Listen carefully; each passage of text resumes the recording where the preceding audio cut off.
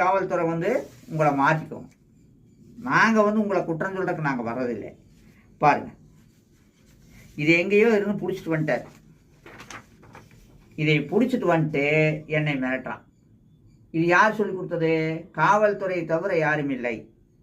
அதே மாதிரி என்னை மனநலம் பாதிக்கப்பட்டவன் எழுதுன்னு காவல்துறையினுடைய அடியாவத்தார். எது? அப்போ நான் சொல்லக்கூடிய ஒவ்வொரு வார்த்தைகளும் சட்டப்படி செல்லாமல் போகும். மனநலம் பாதிக்கப்பட்டவனாக இருந்தால் செல்லாமல் போகும். அப்போ இதில் என்ன எழுதியிருக்கு அப்படின்னா, உடன் பிறந்த மூத்த சகோதரி வே சுந்தரம்மாள் 50 கோடிகளுக்கும் மேற்பட்ட சொத்துக்களை ஏய்த்து வீதியிலே நிற்கதியிட்டு பட்டினியால் வாடுகிறோம். தெருவில் இருந்தபோது எழுதுந்து. போனில் சுந்தரம்மாளும் அவர் மகன் உதயகுமாரும் மிரட்டுகிறார்கள்.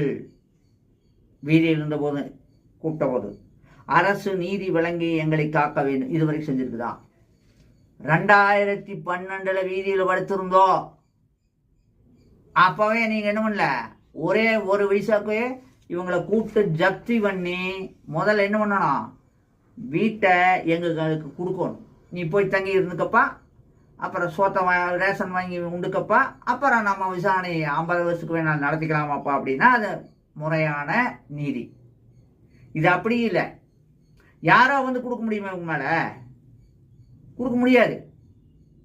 டிரான்சாக்ஷன் எப்படி போயிருக்குது அப்படிங்கிறதெல்லாம் நம்ம காட்டுறோம். அதனால நீதி கொஞ்சம் கொடுங்கப்பா.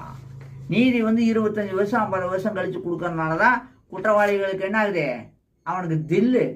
அப்புறம் அதே மாதிரி காவல்துறை என்ன பண்ணுதுன்னா, குற்றவாளிகளுக்கு சாதகமாக என்னென்னவெல்லாம் சொல்லி கொடுக்கணுமோ இதை வந்து ஒரு காவல்துறை விட்டு பார்த்தேன்.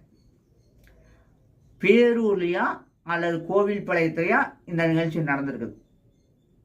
ஒரு வயசானம்மா அங்கே இருக்கிற பூசாரி மேலே ஒரு கேஸ் கொடுத்துருக்காங்க. அந்த கேஸை இந்த அம்மா நம்ம இப்போ சமீபத்தில் போனோமே 22ஆம் தேதின்னு நினைக்கிறேன். 21 கூப்பிட்டாங்க, 22ஆம் தேதி 22ஆம் தேதி தான் விசாரிக்கிறாங்க. இந்த எஸ்ஐ அம்மா என்ன பண்ணுது, ஏன் இந்த மனு கொடுத்தா இவங்களுக்கு அவ்வளவு நோகுது, ஏன் உங்களுக்கு எவ்வளவு வன்மம்? மனு வந்து நமக்கு ஒரு கம்ப்ளைண்ட் கொடுக்குறோம்னா அவங்க மேலே தாக்குதல் நடத்துகிறாங்க காவல்துறை. ஒருத்தன் வந்து குற்றத்தை கொண்டு வர்றான் அப்படின்னா அந்த 2 பக்கம் சரிசமமாக இருந்து உங்ககிட்ட வந்து நீதி வாங்குறது தான் வர்றான். ஒரு சைடு போகிறீங்க. அப்போ என்னென்னு கொடுத்துருக்குதுன்னா 5வது மாதத்தில் திட்டுன்னு தான் கம்ப்ளைண்ட் கொடுத்துருக்காங்க.